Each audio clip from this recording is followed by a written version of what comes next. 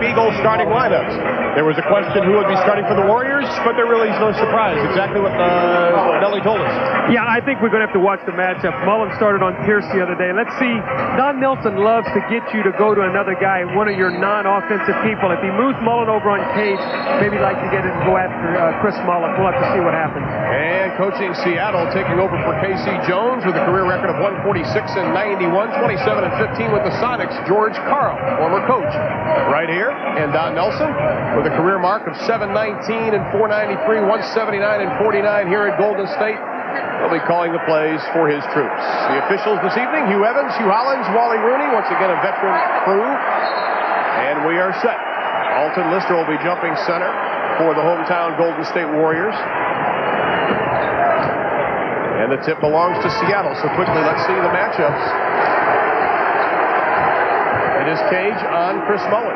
Doug, that is something that you thought Don Nelson might do. Well, what he'd like for you to do now is to go to Michael Cage against Mullen and get out of your offensive rhythm. I don't think George Karl will fall for that.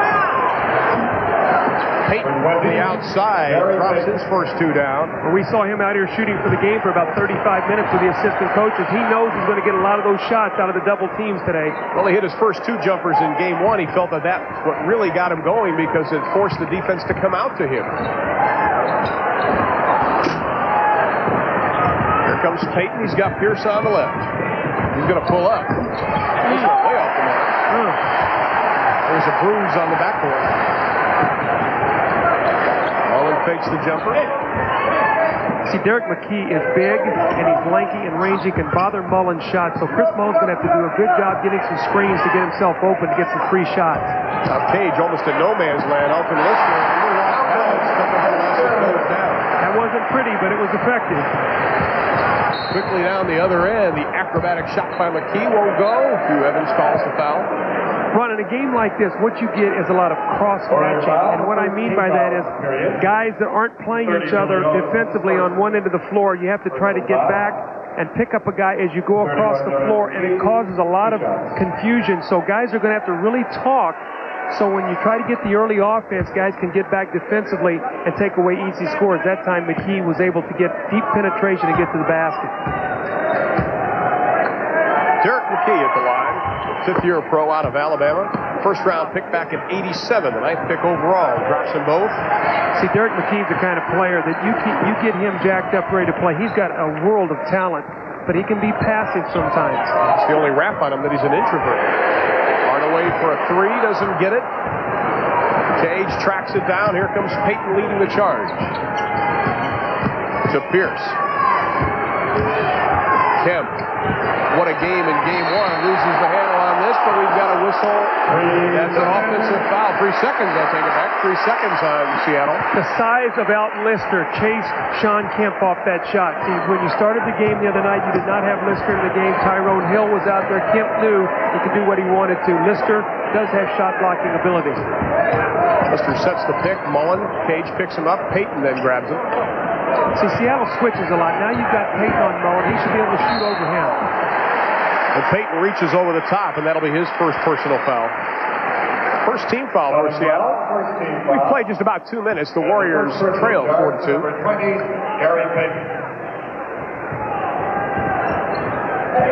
Out front it is Higgins. Has to get it to Hardaway. Payton not afraid to come way out on him. Owen's shot won't go down. Rebound controlled by Kemp. The outlet to Payton. He's going to pull the trigger from about 20 and nothing but net. Shows a lot of confidence right now for a guy who's not a great shooter. That's 2 of his first 3 jump shots, and that's really a good sign for Seattle, the fact that he's confident and looking for that little quick jumper. That opens so much up on the inside for him. Yeah, now when you double team, you've got a guy who's confident taking the jump shot. Lister and Kemp hook it up, and Sean Kemp is going to be caught. His first. See, I think Sean Kemp has to be very, very careful not to get in foul trouble against Alton Lister. Alton Lister is not a primary offensive player. If he catches the ball, square him up and make him take the shot. Don't get in early foul trouble against him. Mullen gets it out of the double team. Lister is open, faces up. That's what I'm talking about. See, I mean, you know, make him make shots against you. Pierce's shot won't go. Golden State has it. 9-12 showing on the clock in the first quarter. Seattle by 4. In the season series, Golden State dropped the first 2 games to Seattle. The first one was in overtime. Came back to win the next 3. This crowd is loud.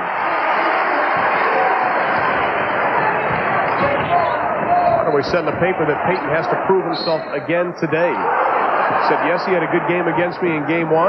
Hardaway only had 6 assists, but he has to do it twice. 20-second timeout.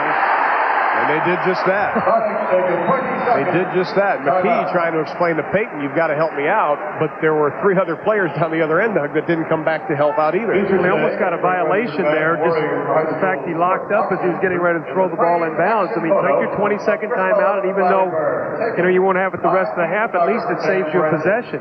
Well, in game 1, Seattle made their first 7 shots. Right now, they have a 4-point lead. We are 1 second inside of the 9-minute mark. There's really been no rhythm established in this game right now. You see 2 teams that are sort of feeling themselves out. There's really been no, runs, what you'd call where you get 2 or 3 teams going back and forth, or 2 or 3 opportunities to go back and forth to the ball. It's been a stoppage of play here a lot here in the first 3 minutes. Well, one of the things Don Nelson said about Chris Mullin, he did not practice, is Seattle seeing a little full court pressure early on, is that Chris Mullin was a little bit rusty in game 1. He didn't practice after getting hurt in Sunday's finale against Seattle. Well, shooting is a very, touch thing, so when you have a little bit of loss in your rhythm, that's going to happen.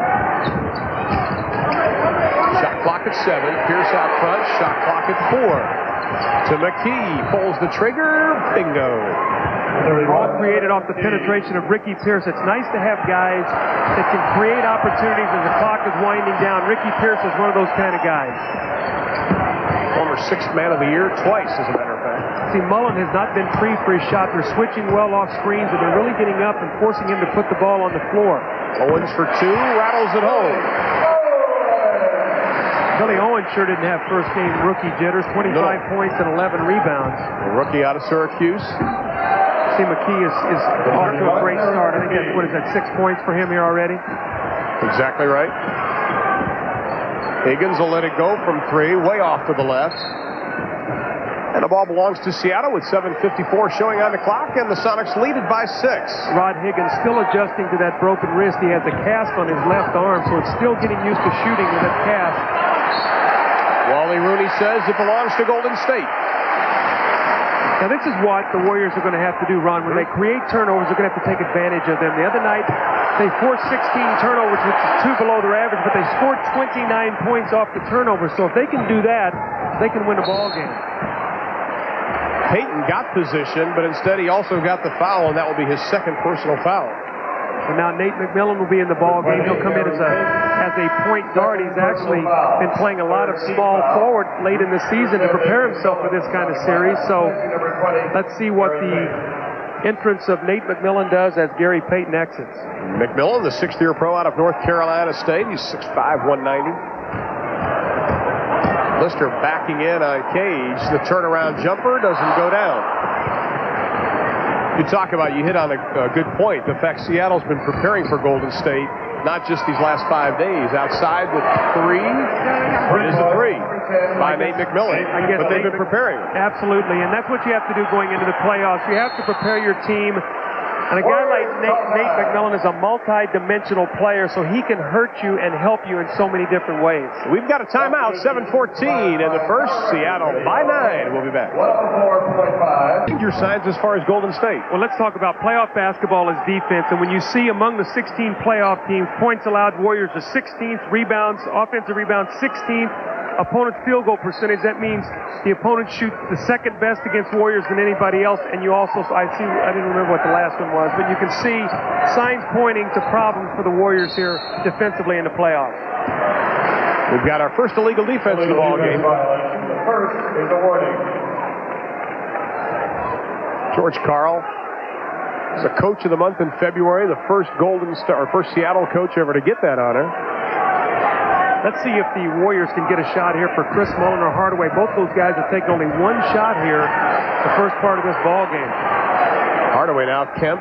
McMillan on the double team has to give it up to Mullin. In the paint, the left-handed jumper won't find the hole. Rebound tip Cage had a shot at it. Good pass. Oh, great finish also, too. Rod Higgins, a strong move to the basket. Excellent pass by Chris Mullen. 7-point Seattle lead. McKee on top. This crowd really wants to get excited. They have nothing to cheer about yet. Good defense by Alton Lister. He's done a good job against Sean Kemp here early in the game. And McMillan reaches in on Hardaway. So Payton has 2. He's sitting down. McMillan picks up his first. And that is team foul number 4. We still have 6:24 left to be played in the first.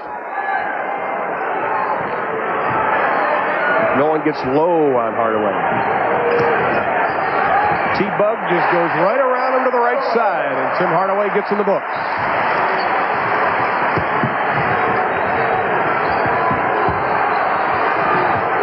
Kemp, who worked on his post-up moves off the offseason.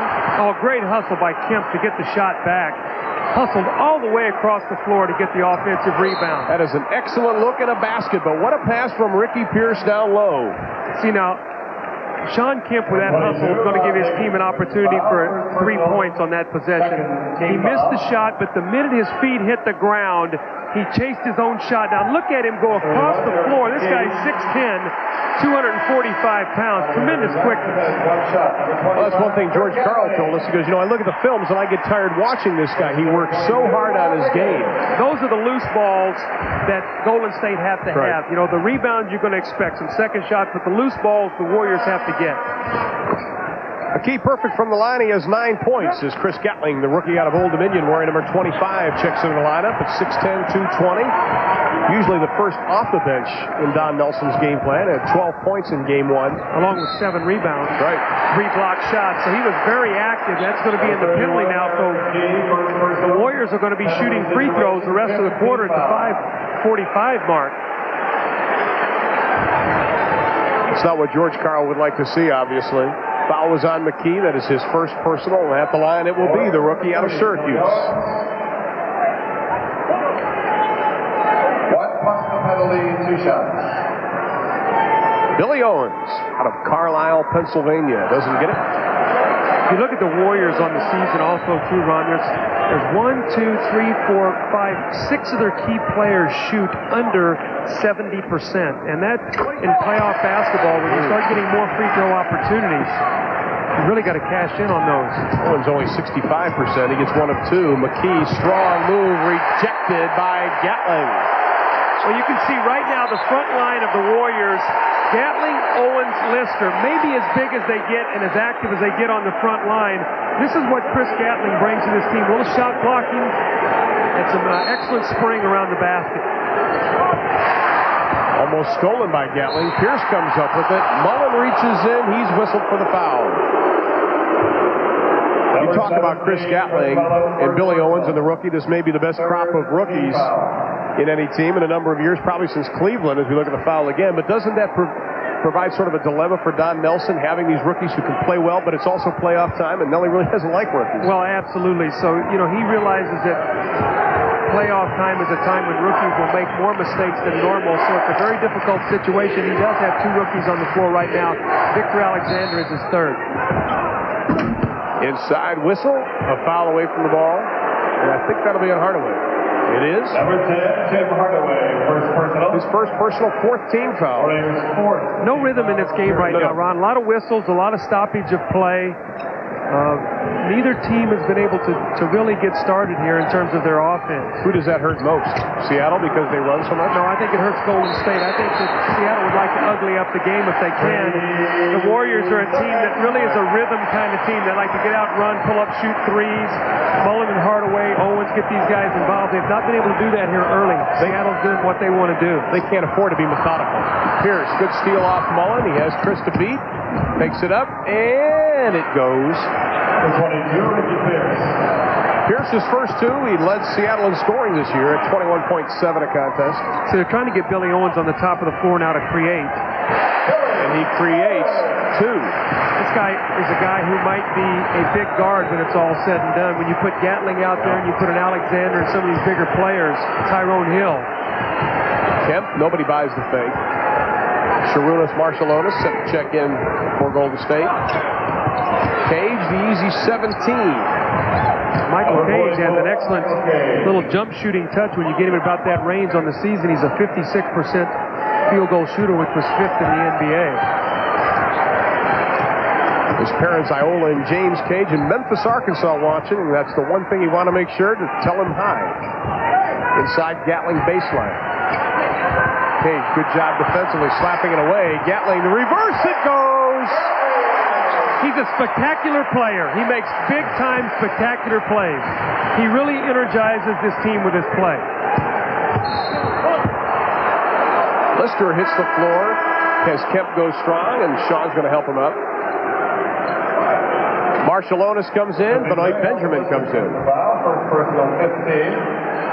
Placing Michael Cage. Well, Chris Gatling gets the ball knocked loose by Michael Cage. He hangs with it, though, and here's the speed and quickness and the excitement he brings. A little hanging double pump shot. He takes it underneath the basket, and nice score by Chris Gatling. We've got a timeout on the court. 3:59 left in the first. Seattle still up by 7, and we'll be back. At the end of the season was they played tired, Doug.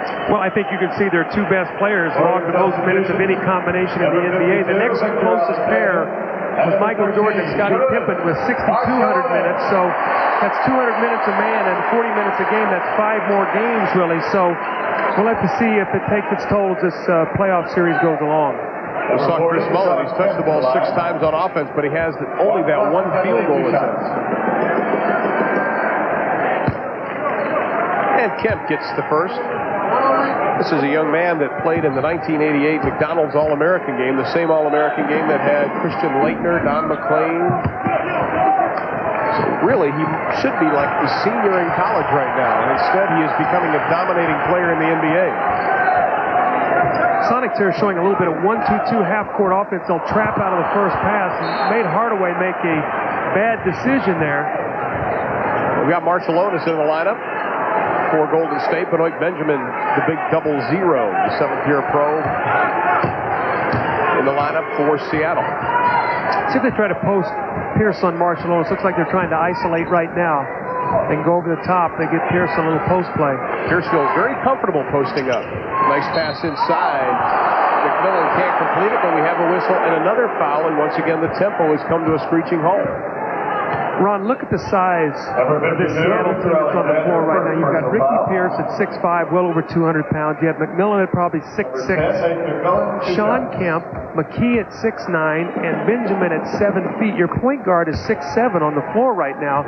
And you take a look then for Golden State, you have Hardaway, who's probably 6 feet, 6'1", Mullen, Marshallonis at 6'4", so a much smaller lineup. And the problem is that with this size, Seattle is even more athletic. It's a very difficult cover for this Golden State team.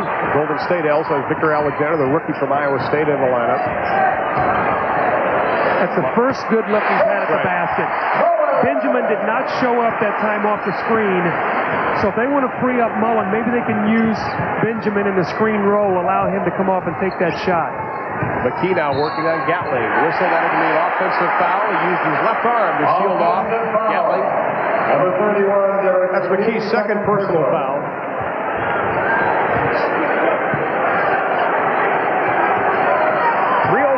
Left to be played in the first. Seattle by 8. They've led by as many as 9. Mullen gets another good look at it. Doesn't get it to go. Benjamin chases it down.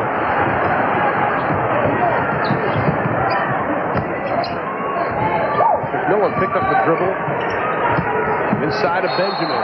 That'll be an offensive foul on Benjamin. That's got to be at least 4 offensive fouls on Seattle early in this ballgame, which is actually a turnover. So the Warriors are creating some turnovers. There's the lowering the shoulder, and he pops Victor Alexander. So this is where the Warriors, we talked about more opportunities. No shot attempt for Seattle. They've got to come down and cash in on this. Eddie Johnson up off the bench of Seattle as Marshallonis' first shot won't go, but excellent hustle by the rookie from Old Dominion. Another opportunity, offensive rebound. Marshallonis again. He thought it was going to be short as he just went charging toward the basket, but it went down. Marshallonis had 23 points, a playoff career high in game 1 of this series. Posting McKee against Mullen. Mullen, good defense, slaps it away. 9 on the shot clock. Seattle has the ball. Now, watch McKee now. He gets great position, but Chris Mullen is tremendous at this. Watch this right here. The low block. Boom, you expose the ball, he's going to knock it out of your hand. If McKee protects the ball there, he can get some point-blank shots, but you can't bring it up against Chris Mullen that way. He'll strip you on the way up. Eddie Johnson, wearing number 8, is checked in for Seattle, the 10th-year pro out of Illinois. Inside, Benjamin, the fall away, won't go down. Big rebound by Alexander. Hardaway, the running right-hander. See, he had to shoot that ball over Derek McKee at 6'9". He extends. That's a tough shot for your point guard in the lane, little jump hook. Especially when your point guard is under 6 foot. So they want to go to McKee again. If he takes his time here, he can get a good shot. Hardaway goes for the double. McMillan for the 3, and he drains it. Nate McMillan, his second 3, only shot 28% on the year, Doug. What a valuable player, Nate McMillan. He's known for his defense. Now he stepped in and busted 2 threes for you to give you a 9-point lead here in the first quarter. He's a very versatile player, no question about it. Boy, Kemp was about 12 feet up there for that board. McKee inside to Benjamin. Alexander swipes it away, but instead we have a foul. A lot of questions when Benoit Benjamin came back about what a factor he's going to be. When we talk to George Karl, we're going to see Benjamin here as he goes up and gets the blocked shot, but the foul. One thing George Karl talked about is that we need Benjamin's shot blocking ability and his ability to change shots. So I will use him. I will not use him a lot with Sean Kemp, although in the first quarter he's been doing that. But Benjamin can block shots and change the game inside when Hardaway, Mullen, and Marciulionis try to drive the basket. Well, now they take Gatling out. They come back with Owens, so a rookie replaces a rookie. The numbers on Benjamin. His agent is Don King. That makes an interesting pair. That answers a lot of questions.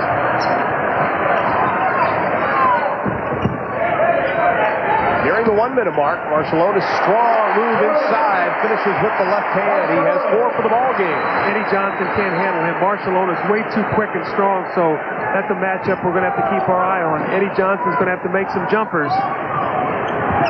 McMillan, give, go, classic, textbook. Boy, Nate McMillan's giving him a tremendous lift off the bench. 8 points. Mullen with the reverse with the left hand. Now this is the tempo that the Golden State wants. Back and forth, back and forth. Seattle needs to take their time here, punch the ball inside, get a good score. Kemp, the double team. Mullen can't come over in time. Goes up strong, his own rebound, slapped away, hit his leg, belongs to Golden State. I think that Chris Mullen got a hand in there. It looked like that Kemp had the ball and wanted to take it up. It looked like Mullen got a hand in there, knocked it off his knee. Number 10, Tim Hardaway. 29-21, 38 seconds left to be played.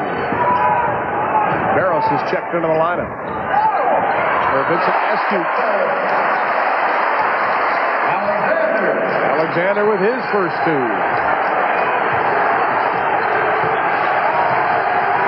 4-second difference between the shot and the game.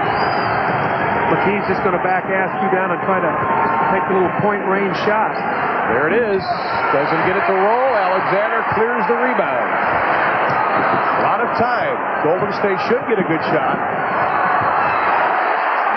Mullen all day from the corner. In and out and back down. 1 second left. Benjamin will just throw it up. It'll be way short. So Seattle, who found themselves up by 10, will end the first quarter of play leading by just 4. 29-25, quarter number 2 still to go.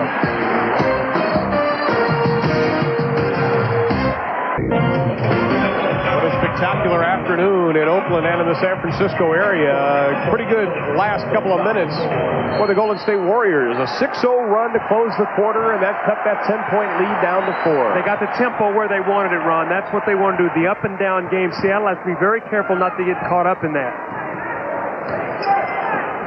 Askew on top. Marciulionis running the show now for Golden State. Illegal defense on Benjamin. Kind of got caught in the middle, no place to go. That's the second illegal D called on Seattle, so it'll be a technical foul shot by Chris Mullen. Number 17, Chris Mullen. 83% on the year.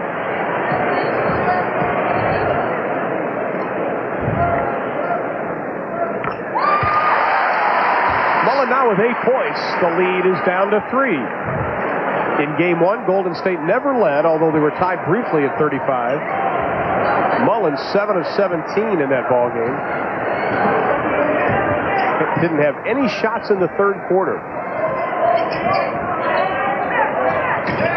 Marciulionis stops, doesn't get it to go. That's not Marciulionis' game. His game is a driver slasher, and that team that's out on the floor right now for Seattle is not going to let him do that. They're going to force him to be a jump shooter. We'll have to see how effective he will be, Ron, in that kind of role. Well, Michael Cage bangs it inside for his 4th point. The lead pops back up to 5. Benjamin comes out on Mullen. See, that's a good move right there. If they get it back to Mullen, he can get a shot. Askew, the good look inside of Victor Alexander. See, I like what the Warriors are doing right now. They're using Benjamin as a screener and allowing Mullen to come off there. It's causing mismatches. That time, Alexander was able to get the score. Cage sets the pick on Mullen. Owen switches over then to McMillan. Oh, look what I found. Hello. Look what I found.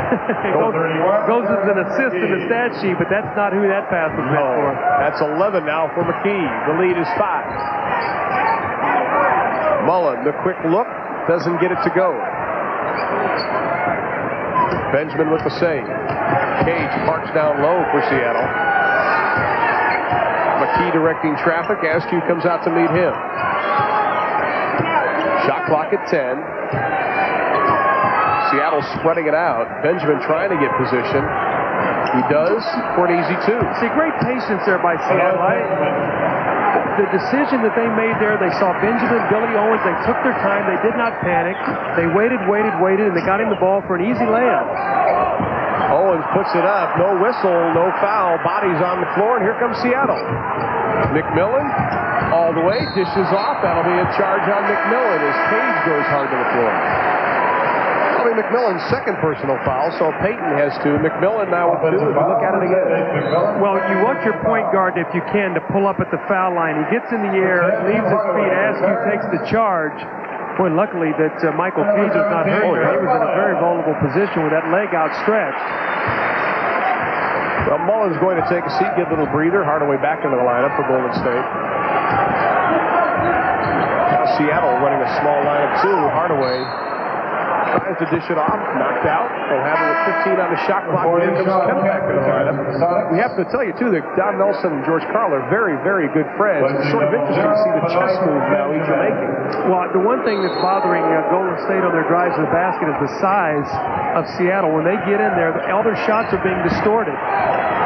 There's the slashing and driving you talked about, Doug. That's the effectiveness of Marciulionis right there. He's a guy that gets to the free throw line as much as anybody in the NBA per minute played. He's not a jump shooter. He's a slasher driver. Johnson doesn't get it. Cage had a chance for the foul. It looked like he was pushed from behind. And here comes Hardaway. Oh, quick move. All the way in. Doesn't get it to go. And now Seattle has a chance to run. They have the numbers.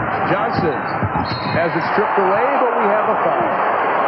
Smart play by Eddie Johnson. You'd think he was going to pull up and take the jump shot. He's a jump shooter. He saw Victor Alexander back, realizing the guy is not very quick, so he took the ball right to him and forced the foul. He will be at the line to shoot 2. Alexander now with 3 personal fouls. Numbers from this afternoon, a couple of games. Johnson, 17-point average on the year, 16.3 for the playoffs. Was a 2nd-round pick back in '81 by Kansas City. Played for Kansas City, Sacramento, and Phoenix. Some of that trapping defense again that the Warriors are showing just to try to disorient, or excuse me, that the Sonics are showing against the Warriors, just trying to disorient them and get them out of their offense. Askew inside, kicks it back to Hardaway. The jumper on the way, finds the net. Well, he was 1 for 4 before that shot with no assist, so Tim Hardaway needed that jumper. The lob inside, Pierce, good hands. Kemp with a thundering jam. I'll tell you what, I would not want to be a rim with him around. He could hurt the thing. Alexander has his shot blocked. Kemp went up high, then he's tied up. We'll have a jump ball between Askew and Shawn Kemp.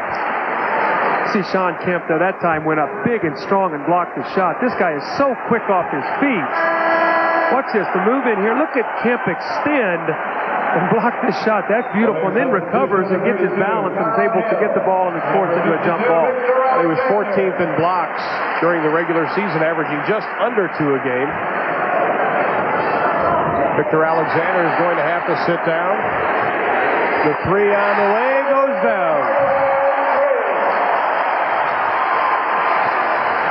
Tyrone Hill, the second-year pro out of Xavier, has checked in, wearing number 32.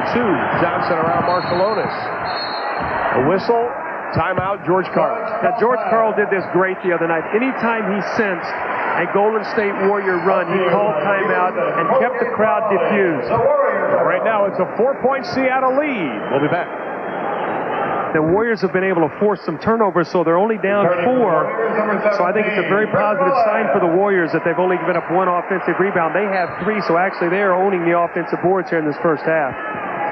One thing that Don Nelson said Seattle does so well, he calls it a push and shove move. As soon as they see a shot going, they're able to get in position for the board. The three won't go down. Tyrone Hill, the big rebound to Hardaway. He has Mullen on the right. Marcelonis. Hill, the rebound, the follow.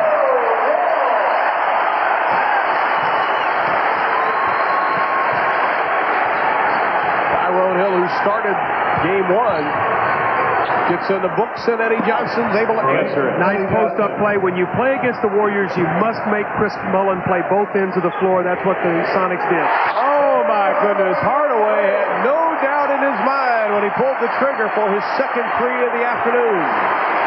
He was 1 for 4. Remember, he hit that little jump shot I said he needed. Since then, he's hit 2 straight threes. And that brings Payton up off Seattle's bench. The lead is 1. Whistle, no basket. We've got a foul down low, says Hugh Hollins.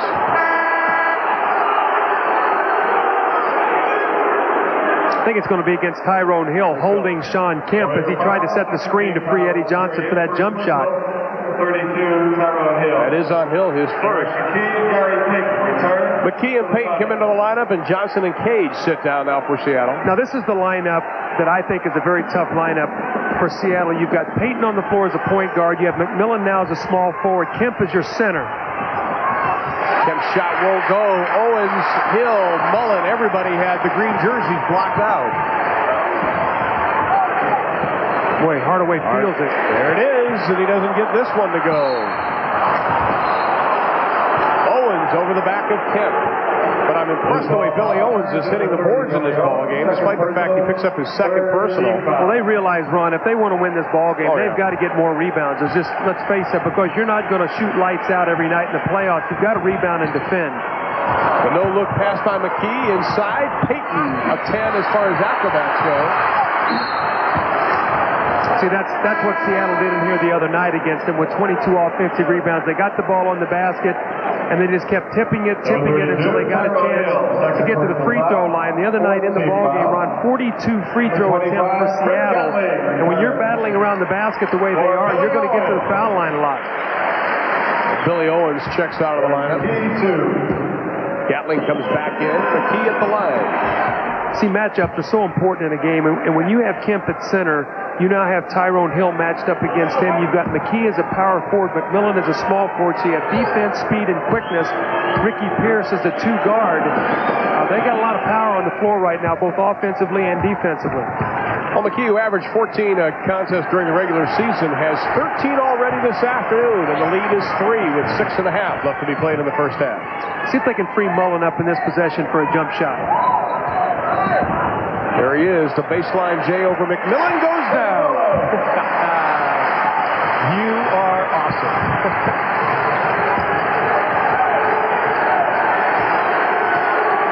Now the crowd beginning to get back into it. Payton waiting for things to set up down low. Kemp backs in Hill. Kicks it to Payton. Shot clock at 5. McMillan's shot way short. Hardaway comes up with a loose ball. Mullen spotting up if they can find him. Hardaway, everybody out of their shoes, but he can't complete it.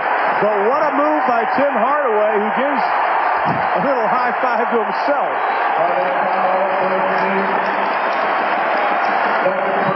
How would you like to guard this in the open court? Derek McKee reached for something that wasn't there. Now you see it, now you don't offense. But what happens, you take a guy like Timmy Hardaway, he was 1 for 4 from the floor, you get a little tentative. I don't care how much confidence you got, you get a little tentative, you hit an open jump shot, and then 2 threes. Now you start going to the basket, flipping things up, trying to draw fouls. You don't do that if you're 1 for 7. When you've hit 3-4 shots in a row, you're a lot more confident to try to make that kind of move. You can see this is only the 5th free throw for Golden State, and they've only hit 2 of the 4 so far. We talked about free throw shooting in the playoffs again. Yeah. On the season, they are under a 75% free throw shooting team, the Warriors. Eddie Johnson going to come back into the lineup for Seattle next break. See, Pierce wants to go against Hardaway. He wants to try to back him down. Here comes Hardaway. He had Marciulionis. He takes it himself with the left hand. No basket. It doesn't go, but we have a foul. Number 22, Ricky Pierce, first personal foul. That's Pierce's first personal. Second team foul. Eddie Johnson returns. Eddie Johnson into the lineup. Nate McMillan sits down. So Nate McMillan, who was able to heat it up early on with a couple of threes, he has 9 for the ball game, takes a seat, and Hardaway will go back to the line. 77% on the year. He has an 0 for tonight. 0 for 2. This Warrior team really feeds off the excitement that Hardaway brings to this team with those crossovers, those exciting dashes into the end, his three-point shooting. And as he has gained confidence as this game has gone on, so has his teammates. And as a result, we have a tie ball game now, and the Warriors are really looking, I think, for the first lead in the ball game. Hardaway was the 14th pick overall in the draft of '89 out of Texas El Paso, played for the Bears. Don Haskins gets the ball. This is Golden State's first lead of this playoff series. Johnson's shot goes down. The lead didn't last long. Number 13, Sherwood Marciulionis. Marciulionis picks up his first. Warriors' 5th team foul of the period. Johnson will go to the line. Following the good basket, number 8, Eddie Johnson. Eddie Johnson uses screen so well. The little pump fake, lead in and under. The jump shot and the beautiful follow-through for Eddie Johnson, three-point play. Eddie Johnson, another former 6th man of the year, has 7 for the ball game, and the lead goes to 2 with 5:15 left to be played in the second quarter from Golden State. Marciulionis stops and pops and drains it. Let's see if Seattle goes back to their inside mentality, which gives them a great deal of success. I think what they're going to try to do is somehow get the ball to Kemp, maybe from Eddie Johnson off a screen. Johnson puts it up, won't go. Kemp with the tip. What a tip by the big guy. Well, you can see right now they're going to go at Marciulionis with Eddie Johnson. That's why he's in the ball game right now for offense, trying to free him up off some screens. That's 2 times in a row. Hardaway gets away from everybody. The one thing, Doug, they did in Game 1 is they came in hard with a lot of people. Tim's not standing around giving them the opportunity to come at him now. Well, also, too, Gary Payton picked up 2 quick fouls, which has really taken him out of the rhythm of this game. He had a great first half tonight. He really has not done much. I think the foul trouble really hurt him. Hardaway's taking advantage of that. There's Payton, fakes the 18, takes it inside, doesn't get it. Here comes Hardaway. He has led this charge for Golden State. I don't think Chris had the handle on the ball. Marciulionis. See, he doesn't want to shoot jump shots. I think you're going to see George Karl take another timeout, try to diffuse this crowd.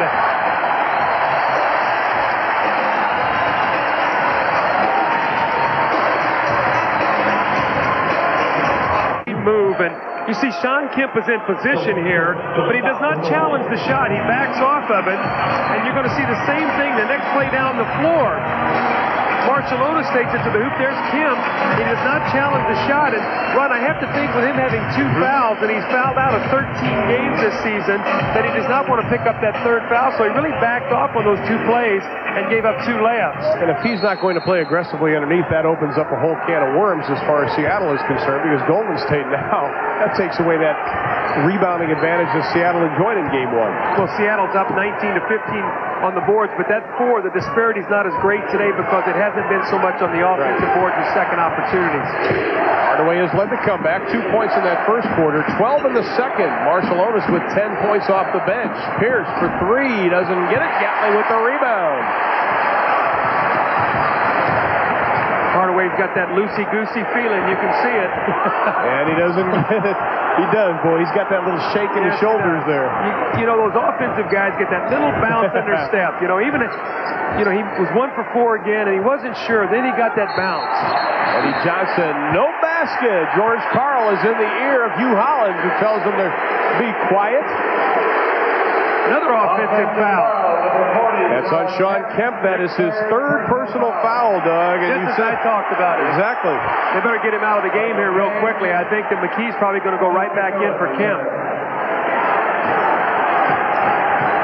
Mullen gets a pretty good look at the basket.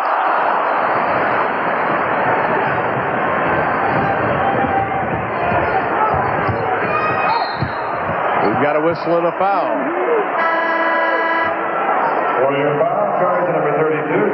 Well, at the conclusion of tonight's game, Doug and I will be selecting the Budweiser player of the game. Well, as you mentioned, Sean Kemp's going to have to take a seat. We still have 3:01 left to be played. The Warriors leading by a pair. That was the 3rd personal foul on Tyrone Hill.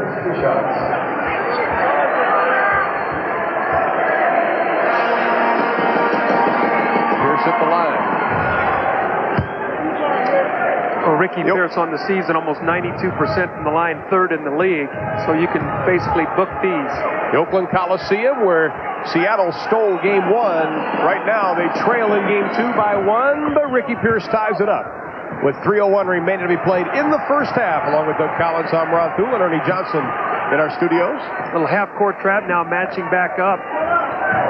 Man-to-man again, just to disrupt the timing of the Warrior offense. McMillan comes out. Hardaway goes around him. Shot clock at 7. Clay's done a good job chasing Mullen off that quick catch-and-shoot shot. He leans into it, and that is something George Karl said. You've got to keep your shoulders square to Chris Mullen because he'll lean in and draw that foul. That's exactly what he did.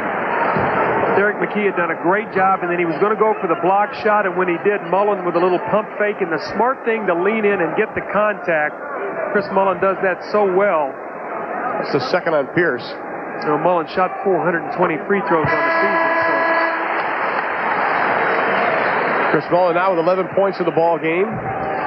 Derek McKee is going to have to take a seat. Foul charge, number 31, Derek McKee, 3rd personal. Oh, that foul was on McKee. It was not on Ricky Pierce.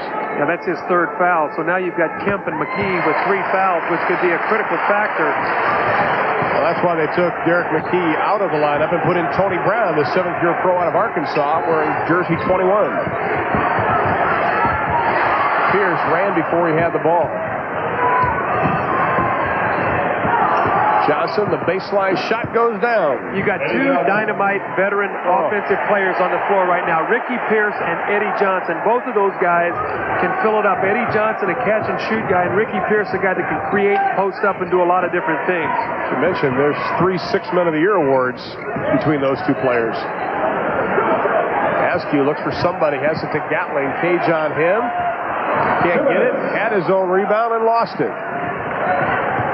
Inside of 2 minutes from Oakland, we're tied at 52, a high-scoring affair.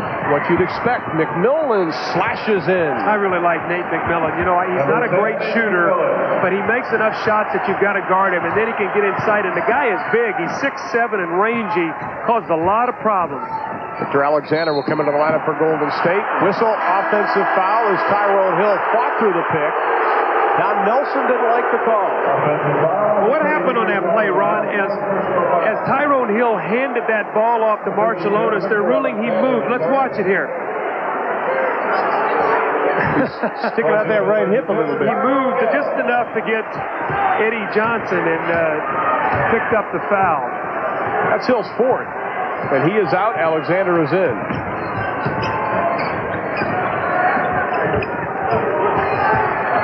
Ricky Pierce posting against Askew, feeling the double team. There it is. Shot clock at 4.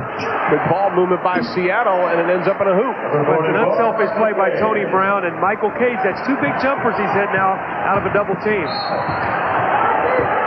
I think it's reaching in on Ricky Pierce. Number 22, Ricky Pierce. I'd like to remind you, coming up at halftime, it will be the Prudential halftime report with Ernie Johnson, along with Matt Gukas. I'll have a recap of today's playoff action as the Lakers lost, Boston won. Plus a Game 2 preview coming up in the next Nets and Cavs. All in the Prudential halftime report with Ernie Johnson in just a couple of minutes. That's only the 4th team foul against Seattle, so sideline out of bounds first in the last 2 minutes. Next foul, the Warriors will be shooting. Nearing the 1-minute mark of the second quarter. Brown chasing Marciulionis. He dishes. Ooh. Nothing but air. Alexander over the back of Eddie Johnson. They're going to give the ball to Seattle. I don't think they're going to call a foul. I don't think it's a foul. They're changing the call. Hugh Hollins has changed the call. It does belong to Golden State. Well, it looked like Eddie Johnson slapped at him. Let's see if he gets an over-the-back fouler. I thought Eddie Johnson got pushed. It's tough to see.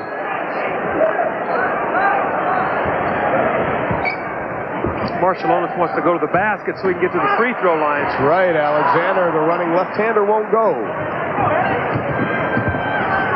There's 2. Boom. Can't leave him. Can't leave him. Johnson with 11. The lead is back up to 6 after we were tied at 52. Gatling hammered by Cage. McMillan may even got a little piece of him. It's a good foul, though. You know, you're going to make a guy make 2 free throws. You know Chris Gatling is winding it up to Dunk. And Dunk gets this crowd all excited. He's an exciting player, so now he's going to have to make 2 free throws.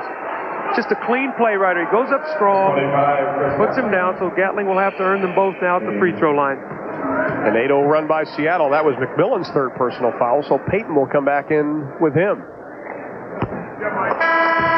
I've heard PA announcers, Doug, in a lot of arenas do different things. I've never heard one tell the crowd to shh. That was a first. I think Chicago's probably going to pick that up. Payton in, McMillan out. Important 38 seconds right now for the Warriors, and I tell you why. It's because the Sonics should get 2 possessions here. They get a shot here, they should get 2 for 1. So the Warriors want to make sure they gear up their defense here and not give up 4 points at the end of this quarter. Johnson, the high arcer, it won't go, keeping it alive. Seattle has it. Ricky Pierce did a nice job, as did Tony Brown. They'll get 1 shot. They're going to bring Dana Barros off the bench. Dana Barros is an excellent 3-point shooter. In fact, #1 in the NBA. He won it the last day of the season, going 2 for 3. So they're going to spread the court. They'll probably get the ball to Payton. They got 4 shooters on the floor: Eddie Johnson, Ricky Pierce, Barros, and Tony Brown. So it's going to spread it, let Brown go to work here. If someone gives help, they'll try to kick for a 3-point shot. Barros didn't play in Game 1. Gatling grabbing Payton. Excellent pressure defense inside. Johnson, the reverse with the right hand from the left side. Here comes Marciulionis. 3 seconds left in the half. Whistle and a foul. Marciulionis is so strong. I mean, when he comes down, people bounce off him. First personal foul. I would not want this guy to charge into me, to step in and take a charge on him. He's a solid 6'5", 200 pounds. Had a sprained shoulder. Just the last 2 regular season ball games. More free throw shooting. Marciulionis misses. For Victor Alexander. 6 of 10 right now. I think it's 6 of 11 for Golden State. Ricky Pierce isn't going to get it off in time. It doesn't go anyway, but we've played 24 minutes. Golden State had the lead for a while, but then they lost it as Seattle puts on a big run at the end. They lead it by 6, 60-54. Stay with us. The Prudential halftime report with Ernie Johnson coming up in a moment. I think one thing you look at, too, Golden State only 8 assists in the first half, 16 for Seattle. So what Seattle has done is they've tried to scramble the game and force Golden State to play a lot of one-on-one basketball. As a result, there have not been a lot of passes for assists. If I'm George Karl at halftime, I tell my team, hey guys, get greedy. We're up 6. Let's get 2 wins in here. Let's really put ourselves in a position to win this series. If I'm Golden State, guys continue to peck away. We're doing a better job on the boards, only 4 offensive rebounds apiece. We'll get some few shots here in the second half. We can win this game. Inside, Lister's shot partially blocked. It goes down for the basket. One change, Doug, for Don Nelson. Mario Elie has checked in, or is starting the third quarter wearing number 20, his first appearance today. We'll have to wait to see, but that might mean that he's going to play Ricky Pierce. But he does not want Ricky Pierce to get off to a great start here in the third quarter, feeling that Mario Elie is an excellent defensive player and trying to keep Ricky Pierce as quiet as he possibly can. The foul was on Cage, his first personal. Lister completes the three-point play. Lister now with 5. The lead is 3. Seattle's bench had the best of Golden State in that first half, outscoring them 27-20, but the free throws also a big key. Elie with the rebound. Mullen streaks down the left side. Ellie's going to take it himself. Doesn't get it. Kemp drops right into his hand. Now it is McKee on top. Outside, Payton short on the jumper.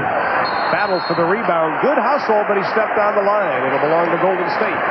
Now, Gary Payton took that outside jump shot. I think that George Karl would like to see him take the shot if he's open, maybe a little closer to the basket. I thought that was a quick shot, a little bit out of his range, something he didn't have to take at that point in time.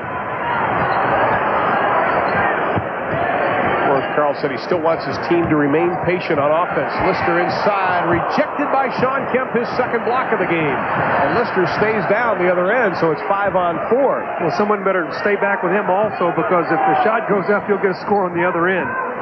Pierce, one dribble and the shot doesn't get it. We played a minute and a half. The lead is 3 by Seattle. They've led by as many as 10 in this ball game. What a look inside by Hardaway to Billy Owens. Make one more Seattle non-score and one more Golden State score, and you'll see George Karl do what he's done this whole playoff series, which is only 2 games, but that's get a quick timeout and try to keep this crowd out of the ball game. Inside the Cage, the left-handed jam. Well, he doesn't have to do it because McKee and Cage do it for him. That's right.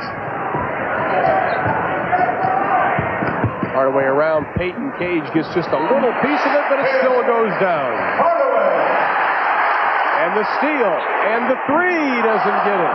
See, they forced some turnovers. That's 10 turnovers they forced, but only 9 points, so they really have not been able to capitalize off the turnovers. There's 11 turnovers. Here comes Hardaway. 4-on-2 to Mullen. The baseline. Count it. See, there's a timeout we talked about.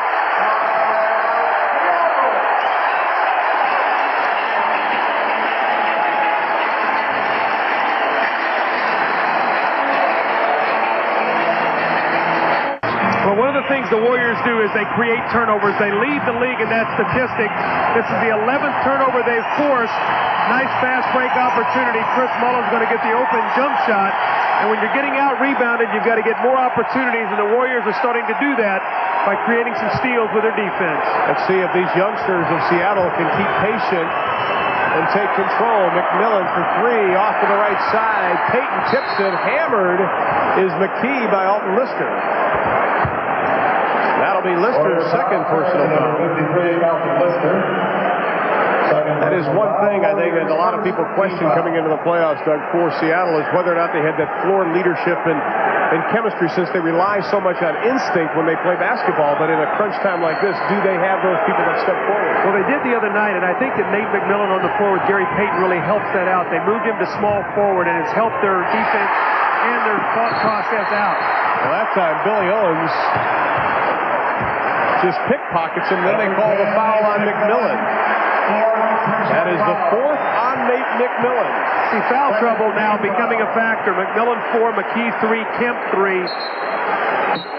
Now, at times, Seattle can go 9 deep, but you really can't afford to take a Payton out or a McMillan. Nice hands, Billy Owens right there. I don't know where the foul was committed, but must have been there somewhere.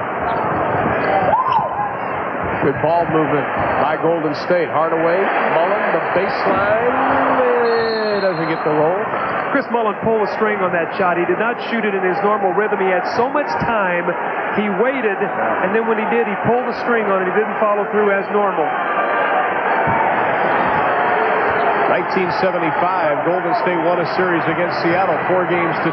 That was the same year they won the NBA title.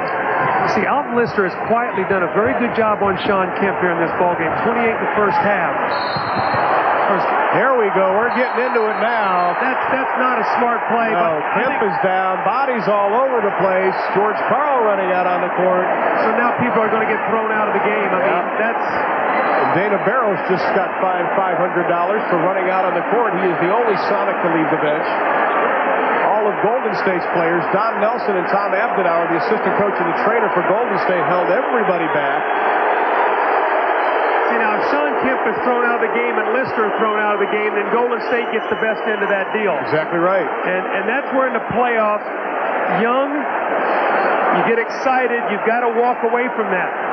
Talked about playing on instinct sometimes. If a punch was thrown, he's got to be out. I do not know whether a punch was thrown. I know he went after him. What we might be able to see on the replay is Hugh Evans is checking over at the scorer's table, going to sort things out.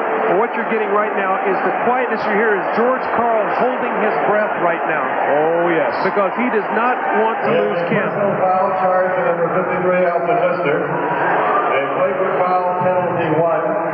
And a double technical has been called on Alton Lister and Sean Kemp. So we got a double technical. We have a flagrant foul going to be called, a personal flagrant foul on Alton Lister. Then we have a double technical on Lister and Sean Kemp. Let's look at it. Well, Kemp is going to the basket, and here comes Lister and Hardaway both got him, and here's the reaction. He pushes him. Well, Lister got a little swing in there. And looked like, who was that? Timmy Hardaway pulled him down from behind.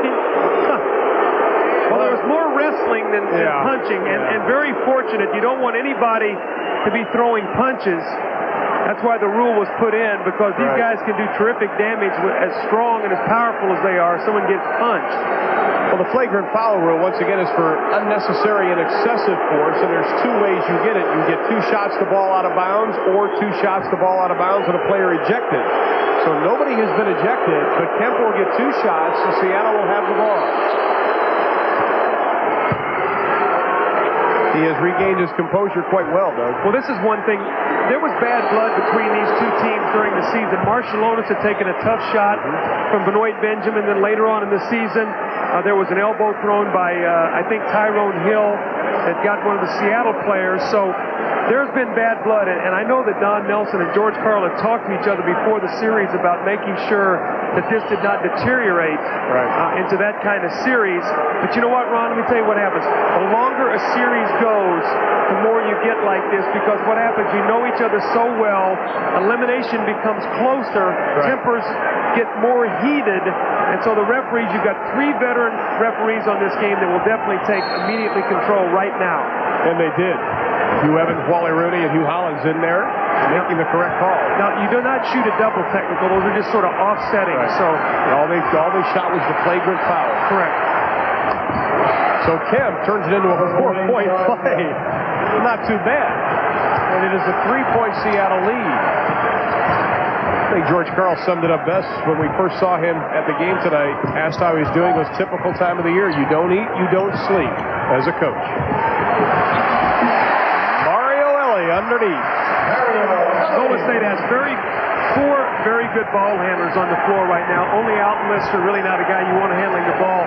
So when Seattle scrambles, they're going to make the extra pass. They're going to get some good shots. Eddie Johnson will come in for Seattle. Crowd chanting defense. Kemp gets a good look at it. He'll pull it, and he's got it. Well, maybe Alton Lister gave him a wake-up call. That's 6 straight points for Sean Kemp, and all George Karl has done is come down and isolated, popped him out to the short post area. Lister cannot handle him out there. Owens on top to Elie. Working on Pierce. Owens with a 2, and he rattles it home. That is not a pretty shot. I do not know how that goes in. If Billy Owens has a weakness, it's his outside shooting, but he's made about 2 outside jumpers. still, I think, the weakest part of his game. He has 9 for the ball game. Now Pierce, the double team comes over, the triple team comes over. Pierce uses an elbow, knocks down Elton Lister. And that is foul number 3 on Ricky Pierce. Well, as we talked about, Ricky Pierce had 17 points in the third quarter of game 1. Now you're seeing what's happening. Ellie's on him. Here comes Lister. You're going to even see another Warrior in the picture in a moment. 3 guys are all over him. And as a result of foul, they are not going to let Ricky Pierce go off on him in the third quarter tonight. That's 17 in the third quarter last game. Oh, Pierce and Kemp both pick the pocket, and Pierce will get the basket. Pierce with only 6 points in the game. He averaged 21 a contest regular season. Mario Ellie, the right hand from the left side. Well, he got Eddie Johnson on his heels backpedaling, and Eddie just did not move his feet. Ellie went right around him. Ellie from American International, who played for Milwaukee. He played in Portugal, Argentina, Ireland. See if they go to Eddie Johnson off the screen, maybe to try to get a shot against Mullins. Gary St. Jean up off the bench as Lister draws the foul, and that is number 4 on Sean Kemp. I'm not sure if that was a flop or not. We have to take a look at it. Well, Sean Kemp bangs into Lister. Let's see how strong the bang is. Let's see it right. Well, he dipped his shoulder, but I don't know whether he could ever knock Alton Lister over. Alton Lister's a big man. If he knocked Alton Lister over, Lister stands 7 foot. He weighs 240 pounds. Well, let's keep track of this now. 6:17, 4th foul. Seattle up 1. Let's see what they do. Because Kemp, I think, is going to have to come out of the game, although George Karl has left him in there right now. That's the 14th turnover for Seattle. Golden State has committed just 5. Remember now, Kemp has fouled out of 13 games this year. That time, Victor Alexander pushes Ricky Pierce from behind, and Alexander now picks up number 4. Seattle going with Peyton, Kemp, Ricky Pierce, Eddie Johnson, and Derek McKee. Golden State has Hardaway Owens, Alexander, Mullen, and Mario Ellie. I still think they want to get Mullen to play defense here against Eddie Johnson. Eddie Johnson had a big quarter. See if they can free him up for his jump shot. Scored a lot of points in the first half, but there really wasn't a tempo to the game. Kemp from the outside, short. Owens with the rebound. That is his 4th. All the way, the tip by Mullen.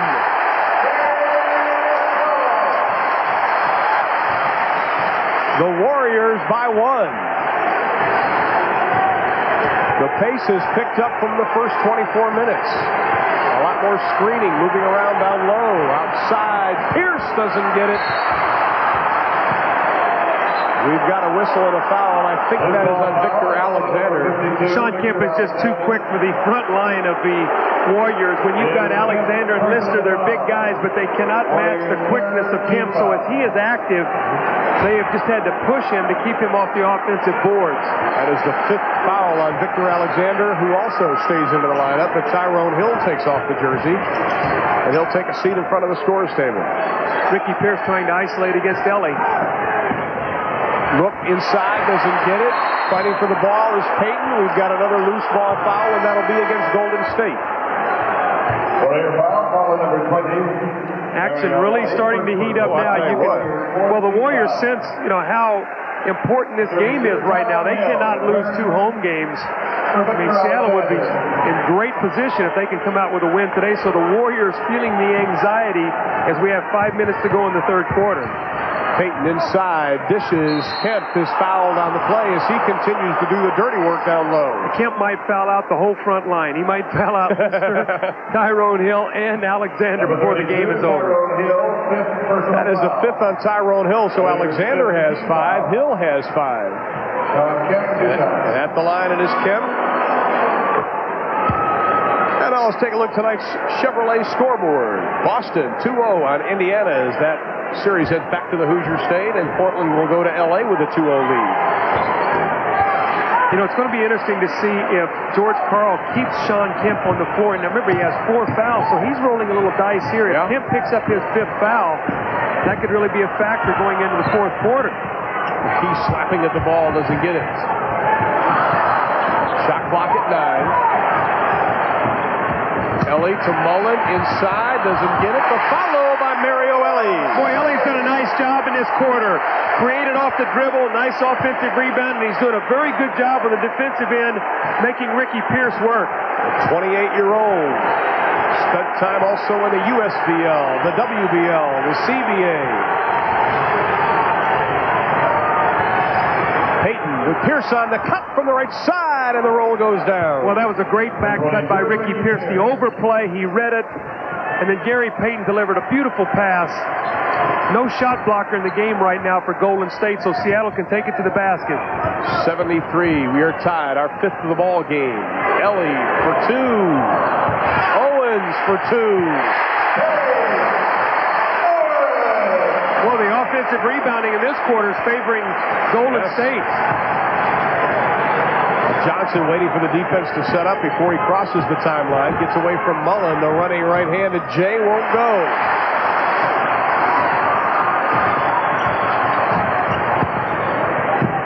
Ellie again. Throws it away. 3-on-2. Payton leads the charge to Johnson to the hole. Partially blocked by Hardaway.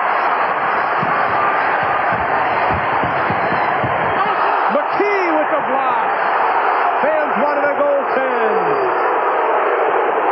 McKee for 3 doesn't get it. This action is wild. I love it. Put the blacktop sneakers on for Mullen, and he's hammered. That's a flagrant foul. That's got to be 2 in the ball. That's a flagrant foul. That's 2 shots in the ball. That is an excessive foul. Eddie Johnson will be whistled for the foul. Remember now, flagrant foul is what you talked about. It's an excessively hard foul, and that's exactly what this is. It has nothing to do with whether you play the ball or not. There it is. It's a hard foul. He wrapped him up. It's going to be 2 shots and sideline possession for Golden State. Well, Eddie Johnson gets his second personal foul, and Chris Mullen will go to the line. He's 3 of 3, has 15 for the ball game. Free throw shooting, and free throw shooting. You know, Chris Mullen last year, I think he shot almost 90%. He's down a little bit this year at about 83. But he has not looked comfortable all year long on the free throw line. I know 83% is still a great free throw shooter, but he has not had that rhythm this season that he normally has at the line. He's 10 of 16 from the line, and we have the team is 10 of 16 from the line, and we have a timeout. 3:04 left to be played. The Warriors by 3. We'll be back. Brought to you by Adidas and Colgate-Palmolive. The Warriors. By for that ball game immediately following our contest as we bring you all the NBA action right here on TNT. Ron, we talk about more opportunities for Golden State. The other night, game 1, 52-34 on the boards. Seattle, 22 offensive rebounds. Today, Seattle only out-rebounding Golden State by 2, 28-26, and they forced 14 turnovers to only 8, so they're +6 there. The problem is only 11 points off those turnovers, or they could have maybe a double-digit lead. Hardaway, the knuckleball won't go. Owen steals it to Mullen. Doesn't get it. The rebound will be tracked down. McMillan had it. Hardaway takes it away to Ellie. Count it.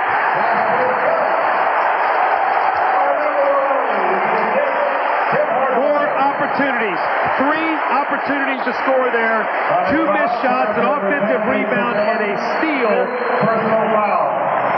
The missed shot, the long rebound. McMillan takes it behind his back. Hardaway reads it, gets a steal. And again, a guy who's played a big third quarter, Mario Ellie, gets the layup opportunity and misses the chance for the 3-point play. That is 5 fouls now, Doug, on McMillan. We talked at the top of the show, an opportunistic offense is what Golden State has. The lob, that was a shot. Another turnover. That's really a turnover. It's going to go as a shot, but that really is a turnover. That's a bad pass. That was a terrible pass. That'll be a shot and a rebound because it hit the rim.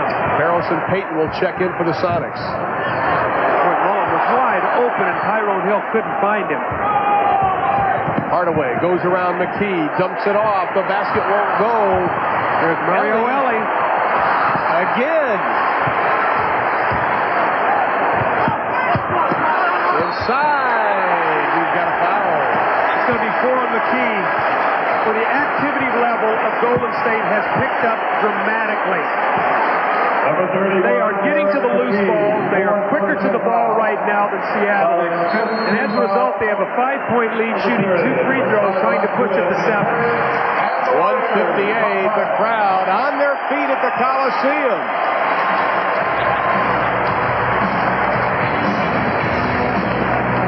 .58, 73-78, the Warriors by 5. And at the end of the first half of play, they trailed by 6, Doug.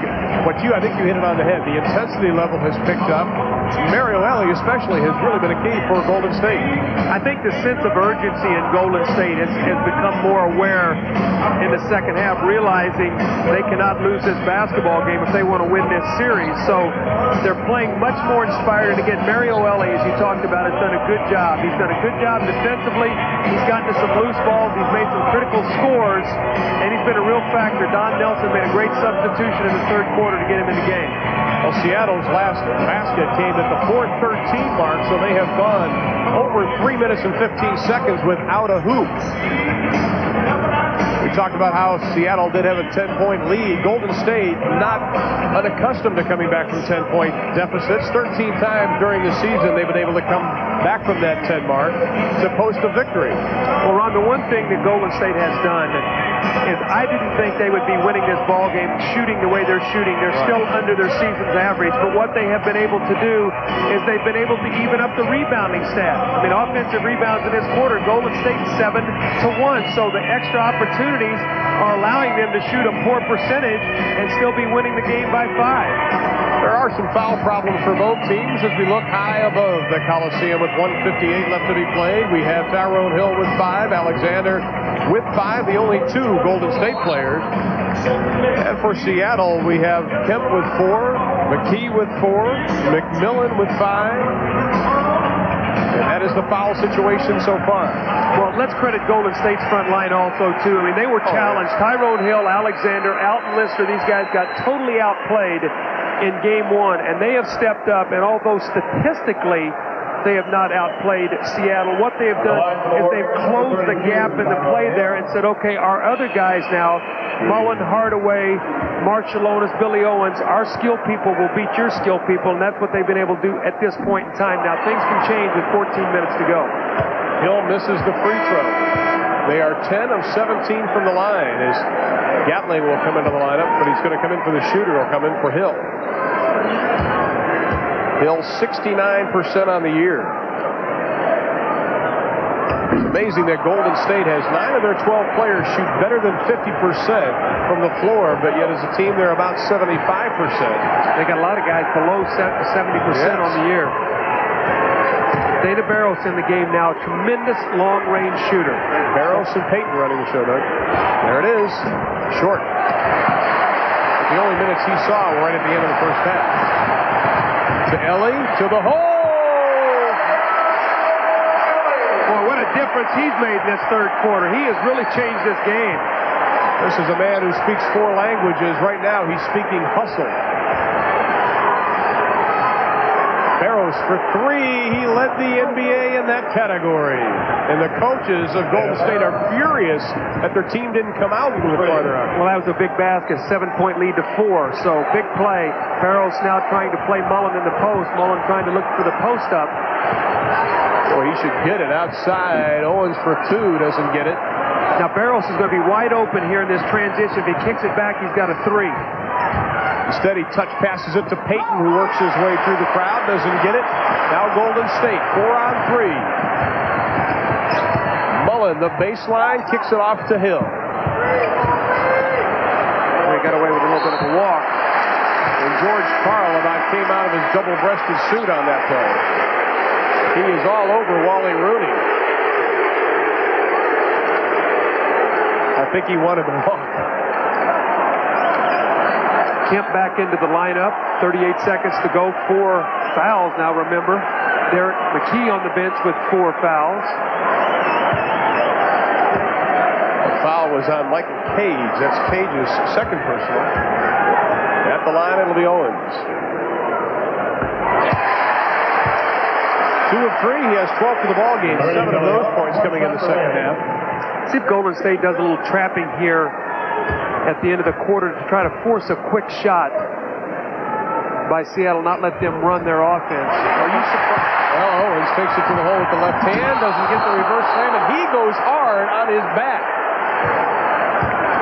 And he is down.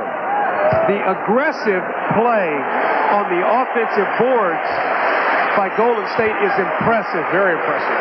That's got to be 9 offensive rebounds in this quarter. The missed free throws 1, and then the missed dunk. So 2 on this possession. You see, he misses here, and then watch the follow-up. Look at the fall that he takes. Cage gets a piece of him. Turns to number 44, Michael Cage, third personal. That's Cage's third. 30, Billy Owens. I don't know, Doug. Are you surprised with 34 seconds left you keep Kemp in the ball game? Well, he just really brought him back in the game. So I guess I'm a little surprised that he put him in at this stage. Again, the free throw shooting opportunities. But maybe the fact they're going to spread the floor, maybe shoot a 3 with the idea you can get a rebound and get it back. I think Sean Kemp has to be very, very careful, though, not to get the 5th foul.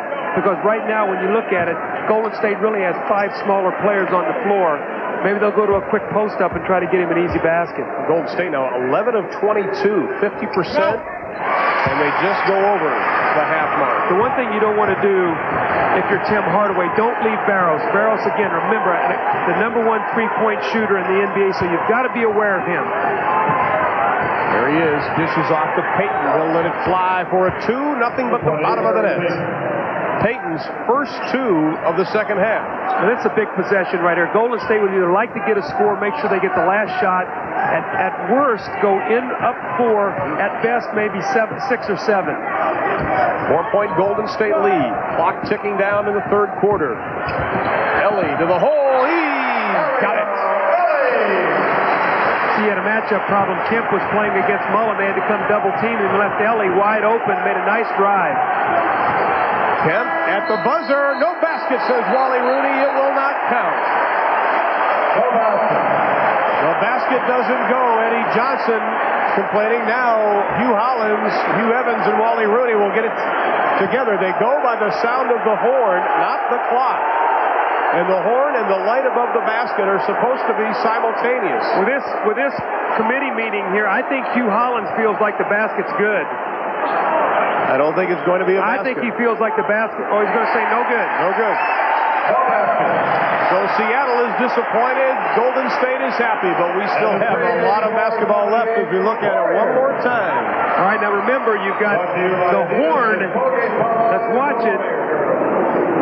Oh, boy, that is close. That is close. That is close. We've got a timeout. Nevertheless, we still have 12 to play. 84-78 is the score.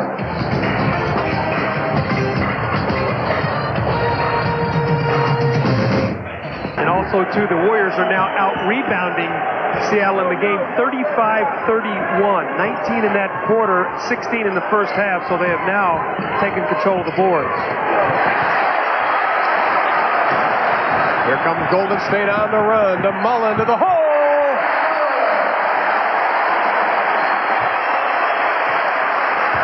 See, Golden State has scrambled this game now. They have forced Seattle to go into a one-on-one game, and in doing that, quick shots, rebounds are getting to, and they're getting out and running.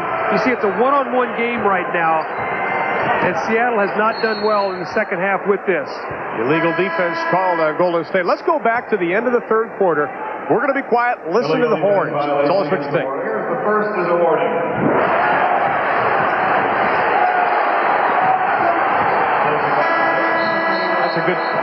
That's a good basket. Yeah, it should have been a good basket, so the Warriors were able to, I guess, dodge a bullet there. Right now, though, Seattle's going to have to get a little composure. They're down 8 right now, and Golden State defensively is swarming them and forcing turnovers. We talked about the young players and taking over that leadership role. And along with Doug Collins, I'm Ron Thulin. 11-12 left to be played in a game that had Golden State trailing by 6 at the end of 2 quarters of play, but they came back to lead by 6 at the end of 3. Right now, Golden State in control. Seattle scrambling in this ball game. Well, again, one-on-one basketball. Hardaway, the quick crossover. Ellie's had the hot hand. 12 in the third. Mullen, the spin, doesn't get it.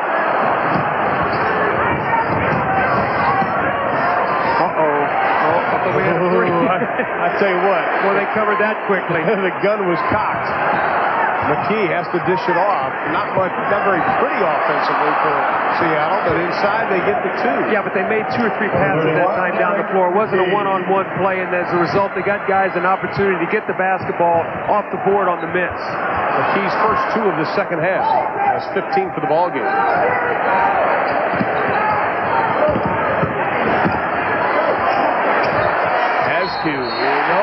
Basket, we're going to go the other way with it. That's a good call. That's a good call. He's called an offensive foul, Ron. He moved him off with his left arm. He created the shot by pushing off with his left arm. Watch the left arm. Right there. Pushed him away. That's a good call. That's a call that college players get away with. When defensive guys in good position, you see a lot of college guys push off with that off arm. That will not go in the NBA. That's one thing these officials always look for. Gatling in, Owens out. Marciulionis will come in at the next break, as will Ricky Pierce. Patience is the key for Seattle right now. Kemp lets it fly from the outside. George Karl really doesn't like him shooting from out there. That was one of the changes when he took over. Hardaway, the basket goes!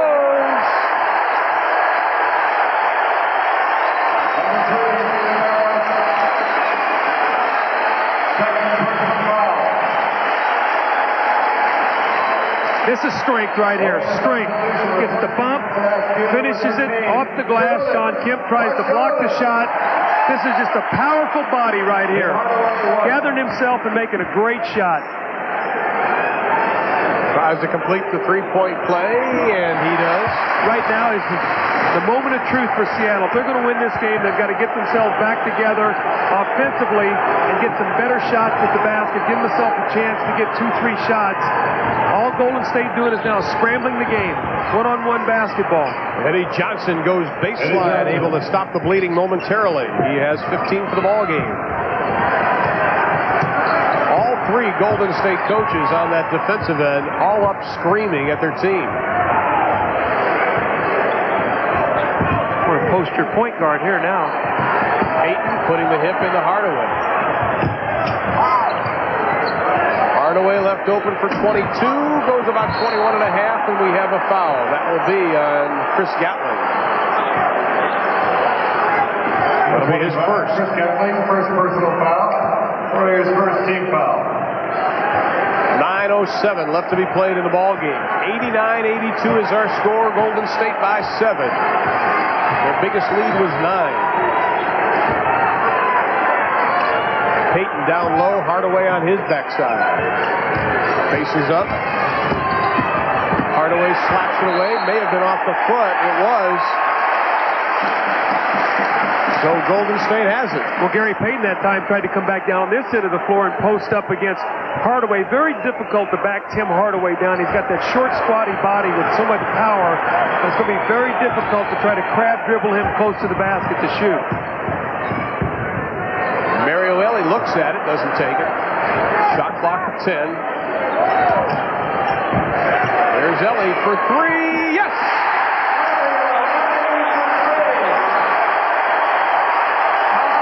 George Karl calls a timeout, and they're standing in Oakland.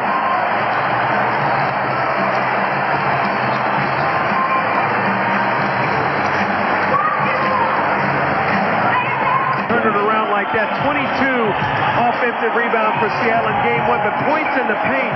Golden State 42-28 plus 14. The other night, the starters for Seattle outscored the starting front line of Golden State 57-20. Seattle has to do something and do it quickly. Well, see, they're not being able to run offense. Golden State is double teaming, scrambling the game again. I know I keep talking about that. There's a double dribble. They said he touched it. It was hit. You see Mullins just running around playing center field, double teaming. Pierce gets off the 3 as the shot clock sounds. It doesn't go. Golden State tries to hustle it up as Marciulionis lays his shoulder into McKee. Whereas Mario Elie's got to have a Superman on his jacket here pretty soon. Gatling rejected by McKee. Mullen for 3, doesn't get it. Valley had 2 points, played 5 minutes in game 1. Johnson for a tray, and that'll cut a lead down quickly. There's still plenty of time in this game. It's a 7-point game. Seattle just got to take their time. Golden State has really made them lose their composure. Gatling, the spin move rejected, but we have a foul. McMillan comes back into the lineup for Seattle. Payton will sit down. 31, Eric McKee, 5th personal foul. Now, see, I think it's a substitution. McMillan gives them a little bit more veteran experience than Gary Payton right now if they're running the point. I think he's going to try to calm his team down a little bit. When you see the double team, Ron, the one thing you don't do is try to dribble against it. You try to pass the ball, make the extra pass. And if we watch Chris Mullen on the defensive end, Chris Mullen is just running around double teaming, forcing Seattle to break down their offense, and it's really worked. Gatling uses all of the rim. He is now 3 of 4 from the line. He has 5 points for the ball game, and the lead is back to 9 for the Golden State Warriors. Barcelonas reaches in, whistle for the foul. That is only his second. That is the second team foul. Both teams have 2 team fouls.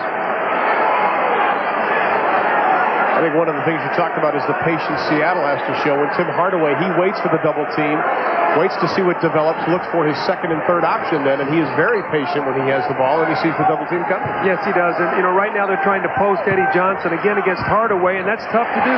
Hardaway's got those strong legs, and he gets up underneath you, and he rides you out of your position. They're going to jump it up. Eddie Johnson wanted a foul. Chris Mullen wanted a foul. Neither one is happy. Again, the post-up, you see him now. Hardaway does a great job. You see him get in there. There comes Gatling quickly over. Forces a tough shot. Mullen with a rebound. And there's a double team. That looks like a pretty good call to me. Mullen and Kemp in the jump ball. Yeah, Chris Gatling tried the old college try and tried to sneak in there to jump against Kemp. Well, Gatling comes over and gets in the right position. You got to maybe tip this ball to Eddie Johnson. He might get a quick score. McMillan, they gave him the shot instead to Johnson. The turnaround Jay won't go. Rebound controlled by Ellie. Hardaway, what a move! Count it! Oh my goodness! Here's the ball. Now it's gone. Not only was it a great crossover dribble between his legs, but it was a running left-handed hook up over a shot blocker, so the degree of difficulty should earn him about 4 points on that one. That's in the highlight tape. Bet you Ernie will have highlights of that later on tonight. See, the Warriors have gone small, totally small. Gatling is their biggest player. You see Hardaway and Eddie Johnson in the post. It's very difficult, I'm telling you, to post Hardaway. He's short, he's strong, he gets up underneath you, and you're not just going to move him out of there. Watch him now. Look at his lower body. Look how low he gets. And he has tremendous strength down there. And he finally just throws Eddie Johnson down. But, you know, you're going to be in for a treat if you try to post him up. He's not just going to let you waltz down there, catch it, and score. McMillan for a deuce. Doesn't get it. Gatling tipped it out of the hands of Kemp. And it'll belong to Seattle with a fresh 24 on the shot clock. You know, I always felt a playoff series didn't start until the road team won. And when the road team wins, it changes everything. And you're seeing right now a Golden State team play very, very inspired. Ellie lost the handle. Seattle has a shot at it. McKee all the way to the hole, and he is going to be fouled on the play by Hardaway, who wisely grabs him.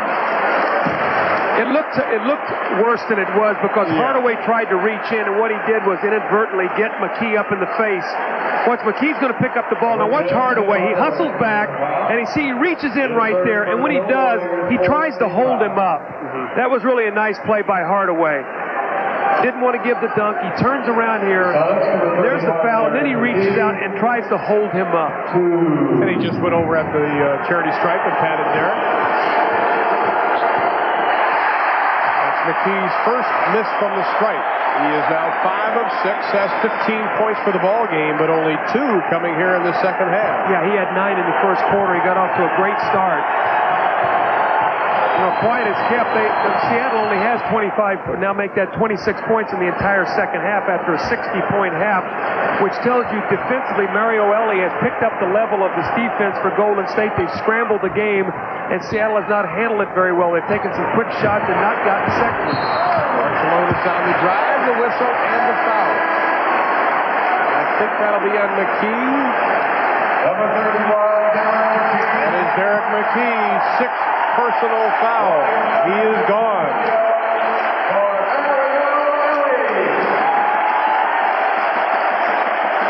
16 points for McKee.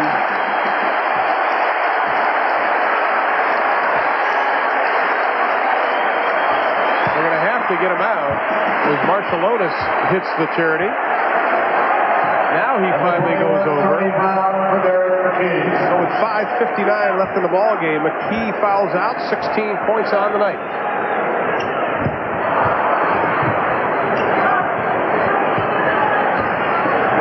Boy, I tell you what, in a close game, Golden State may be in trouble if it's really close because their free throw shooting is atrocious. Well, that's what we talked about. You know, Marciulionis normally a good free throw shooter, but you know, you're 75% with about 7 guys under 70%. That's a tough thing.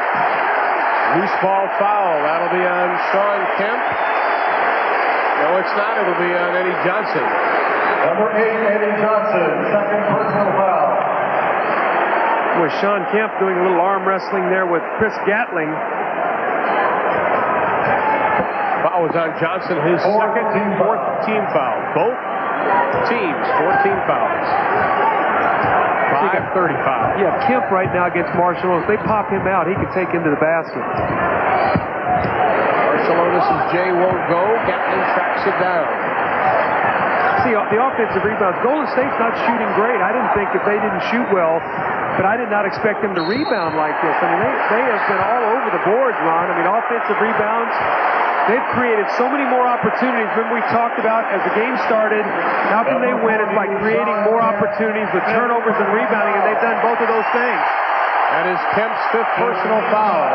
But isn't it a case, Doug, that, okay, you don't shoot the numbers, you have to make up for it in other areas? Oh, absolutely. And their defense, I mean, they've only given up 26 points in the second half after 60 in the first half. Again, the free throw shooting, we talked with Golden State, but 26 points in the second half. We only have 5 minutes and 15 seconds to go here in the ball game, so they've done a tremendous job defensively and on the boards. See, if you don't give Seattle second shots, you take away their primary offense, you get them to play one-on-one basketball, and they've really floundered in the second half because their big guys haven't been able to score around the basket. Golden State 17 of 30 now from the line. Pierce on Johnson on Mullen. The roll goes. Number 8, Eddie Johnson. Johnson with 20. But the lead is 10. The biggest Golden State lead has been 12. Inside of 4:45 left in the ball game. Hardaway, boy, you're just waiting for him to explode. He sizes up the D. Boom, there he goes, but he'll be tied up by Pierce, and it almost went in. I don't even know how he got the ball in the basket. I mean, Ricky Pierce had both of his arms. This guy's 6'5", 200-plus pounds, and Hardaway almost muscled that ball in the basket. I mean, watch the strength of this guy. I mean, first of all, 2, 3 between the legs. Looking at him, he's got him by the arms. He almost makes the shot. See how he got? He kind of was tipped. He didn't make it. At the line, it will be Hardaway. He is 3 of 5 from the line.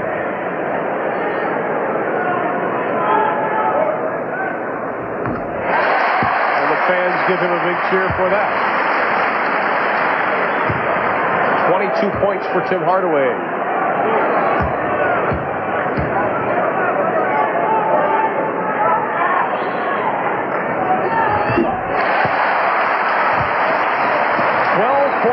For Golden State, the highest scoring team in the NBA, averaging 118 a contest. Now it is Brown, slashes, rejected by Chris Gatling, who throws it in the $200 seats. And Don Nelson doing a little coaching over it, said, I like the block shot, but tip it to one of our guys. Give us the possession. See, he spiked it. If he would have just tipped it easily, he could have tipped that ball right to Billy Owens, and it would have been a possession. Marciulionis had it. It is 4-on-5 now for Seattle, but Marciulionis gets back. Well, they've done a great job on Ricky Pierce here. 8 points in the ball game, giving him no room at all to operate. Kemp goes underneath baseline as he is hammered hard. I'll tell you, when they foul good here. Well, Don Nelson has always had the philosophy, we're not going to give you easy scores. He's usually always got 3 big guys, and if it takes 18 fouls along the front line, he'll give you 18 fouls. But he's not going to let you beat you with layups. He's going to make you make free throws, and he's going to wear you out underneath the basket with all the pushing and the grabbing. Well, Kemp has 16 rebounds.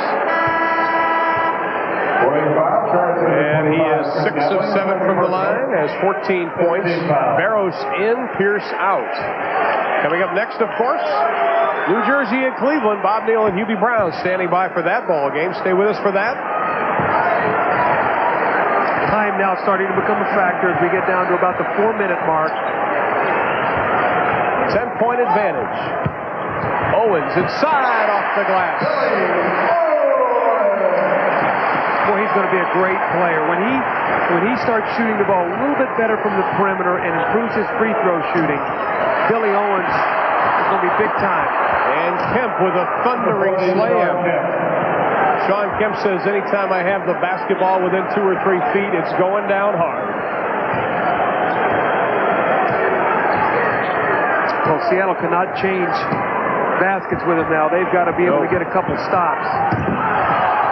Going down hard is Gatling. Owens left open as Marciulionis also down hard. We had bodies flying all over the place. Gatling came flying out of the pack. Marciulionis hit the dirt hard. Yeah, I was watching Chris Gatling on the floor. He was out on the floor at the top. Now here's Gatling. He goes down. He's tripped. And you see him laying on the floor. And then I saw Marciulionis. How does he hit the floor? Oh, that's a clothesline. And Nate McMillan just fouled out, Doug. You know, McMillan went over to him, though, and told him, gave him a little tap. But again, as series go on, they get rougher and rougher and rougher, and the scores start coming down because you know teams. You know what they want to run. You know where you can attack them, where they're weak, where they're strong. Let's take a look at that one more time. This is one of those linebacker jobs against the quarterback. You can hang clothes on that clothesline. Marciulionis gets them both. The lead is 12. 3:20 left to be played. Johnson for 3 again. He doesn't get it again, but Kemp tracks down the loose ball. For 3, Tony Brown, and he drains it. Number 21, Tony Brown.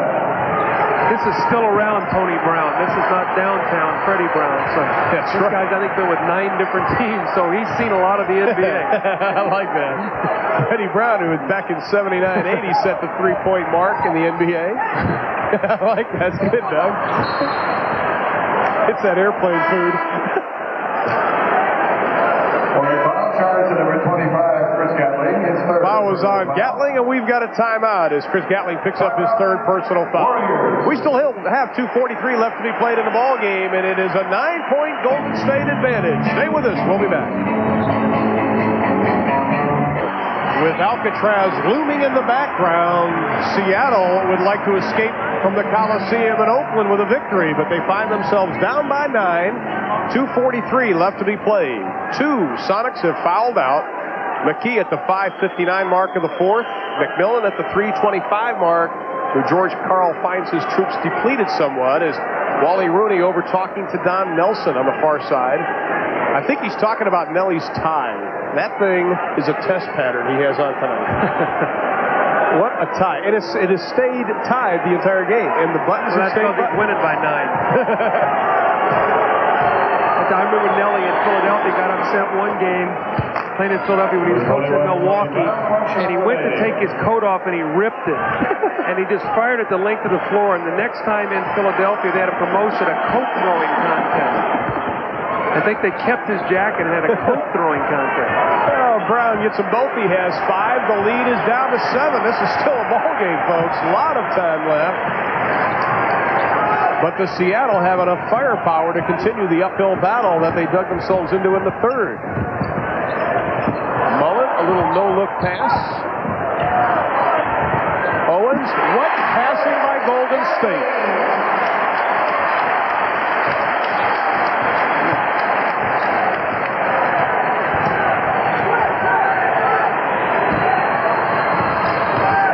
Still, Seattle looks confused offensively. They're trying to get a three.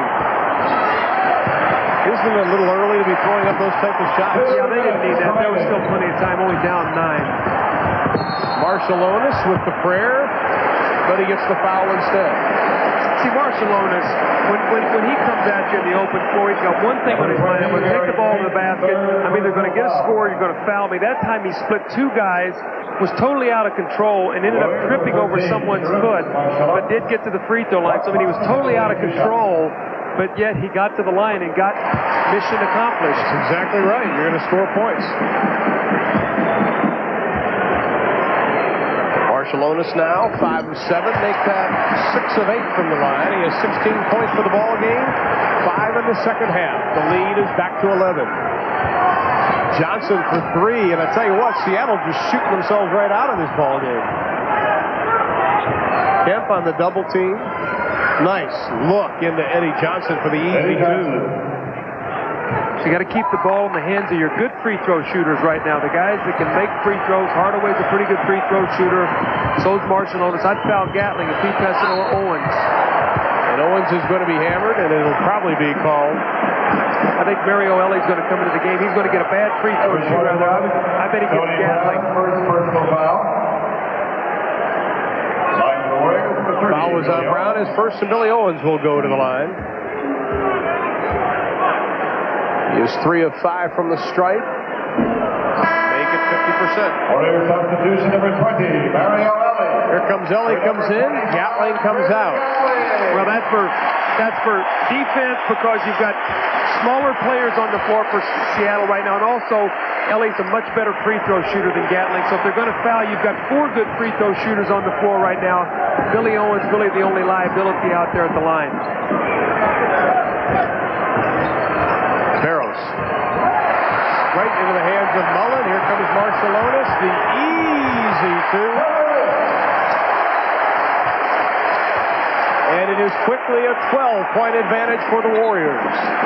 What a difference 48 hours makes in basketball, I tell you. Only 21 second-half points. Take that back. Only 39 second-half points for Seattle. Payton in traffic. The bank is closed. Mullen comes up with it, and we have a loose ball foul. And it'll be against Seattle. Gary Payton did an excellent job in game 1. He got in foul trouble tonight, never really got into a rhythm. Timmy Hardaway, after getting off to a slow start, shooting 1 for 4, hit a basket, 2 big threes, and he was off and rolling. And Hardaway definitely won the battle of that matchup today. Well, George Karl is going to go to his bench. I think he thinks this is in the books as Marty Conlon, the rookie free agent out of Providence, checks in wearing uni number 24. The thing that shocks me the most about this game today is the turnaround on the boards. I never thought that Golden State would do what they did today on the boards to Seattle after being so dominated. Oh, yes. Ron, in the series this year, the 2 teams had played each other 5 times before they came into the playoffs, and Golden State had 40 more offensive rebounds in the 5 games, 8 per game. So today the big difference was the rebounding. Golden State found a way to get in there and rebound the basketball, specifically on the offensive end. Well, this series will go 4 games, obviously. Game 3 will be Tuesday night in Seattle. The 3 on the way, short into the hands of Mullen inside of a minute. And this series will be tied up at 1 game apiece. What a comeback by Golden State.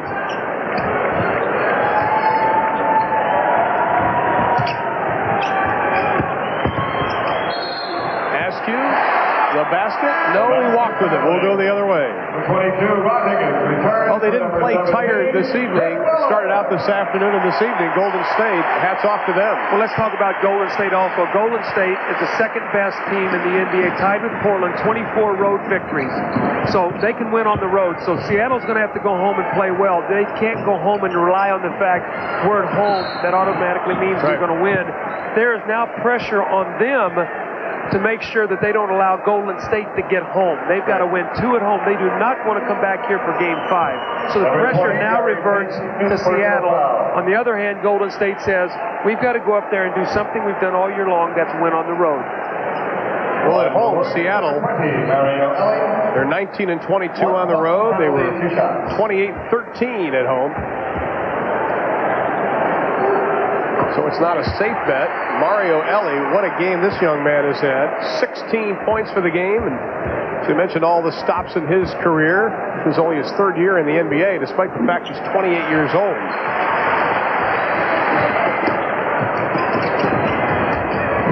Barris will put it up with less than 20 left. We've got another loose ball foul down below, and that will be against Golden State. Tuesday night's the next game between these two teams. We talked to George Karl about coming out with intensity because you don't want to say, hey, at least we got 1 of 2 at home. And it really wasn't something he was concerned about, but he still said that they're only human. 1 plus the penalty, 2 shots.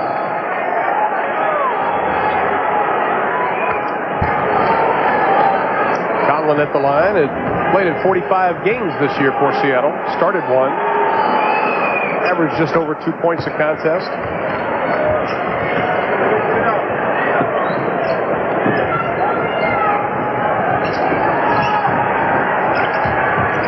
Marciulionis, the clock runs down. There's a couple of candidates for a Budweiser player of the game, but I've got mine. Marciulionis dishes it off with 3 on the way, won't go, and that's the way we'll end it up. So a big 3rd quarter for the Golden State Warriors. 101. They return the favor. Seattle has the big 3rd in Game 1. Golden State in Game 2. The series is even. Golden State wins it 115-101. We'll be back to the Oakland Coliseum in a moment.